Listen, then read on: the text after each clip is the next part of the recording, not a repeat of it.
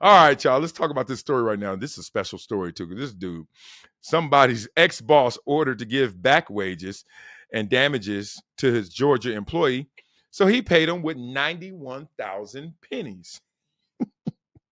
I found a penny. I told y'all there. Where the pennies at? This fool got them. So a Georgia auto shop owner has been ordered to pay tens of thousands of dollars in back wages and damages to ex-employees, including one who received his final paycheck as 91,500 in pennies. That's a damn shame. After leaving the AOK Walker Auto Works in Peachtree City, oh yeah, isn't that where Tim work? Ex-employee Andreas Flatten. Yeah, I'm calling out all these names when you act like this. In November 2020, complained to the U.S. Department of Labor that he never received his final paycheck of $915. You better get it, but it ain't gonna be a check. You better check for these pennies.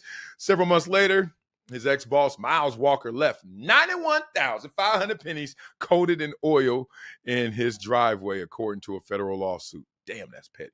You know how heavy that is? 91,000 pennies? He rented a U-Haul to get some pennies. Damn. A pay stub with an expletive written on it was on top of the pile while it took Flatten hours to haul the coins. Yeah, you think he took that much time to drop off 91,000 plus pennies and write some curse words on it, and then sitting in his driveway. Walker was accused of retaliation in a federal lawsuit and lost. Yeah, you think? The lawsuit in the court determined that Walker violated overtime provisions by paying the complainant and other employees straight time rates for all hours worked, including for hours over 40 in a work week when the overtime rate of pay was legally required. This dude, he didn't even give him overtime pay. He didn't even give him overtime compensation. He tried to give him that regular old 9 to 5 hours. Flat fee. The owner was ordered to pay a total of $39,934, representing back wages owed and an equal amount in liquidated damages to 9 workers, the Department of Labor said in the release. I always tell my son, I always tell my kids, don't skip a step. Your ass gonna be right back there sooner or later. And it's gonna tax you. Man, now it 915 to 39,000. Should have paid them the first time. In cash, all ones. Employers, where that from? Y'all gonna figure that one out. Where that from? Employers who mistakenly believe they can willfully violate labor laws at the expense of employees and competitors must understand that we will do everything within our rights to bring them to justice. That's right, U.S. Department of Labor. Oh man, this is abuse of power to the fullest. Goodness, God dang, what's wrong with you, bruh? I had to highlight this story because of that abuse of power, man. Because so many times, because you need that check, you need that money, you need that next payment, you need to pay your bills. You eat it, and you don't just eat it financially. You eat it ethically. Sometimes you eat it emotionally. Sometimes, like bosses, I've seen bosses just undress people before, right?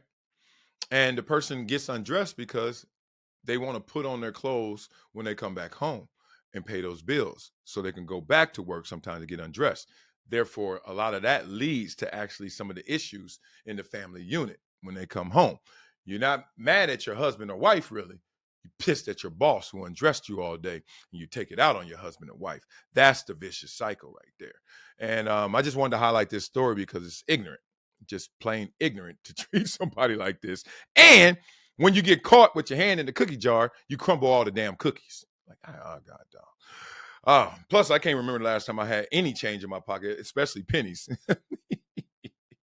Other than scratching the lotto ticket when I get one, when the last time I had a lotto ticket 10 years ago. It's crazy because I grew up saving pennies and penny rolls. Who didn't? To get some snacks.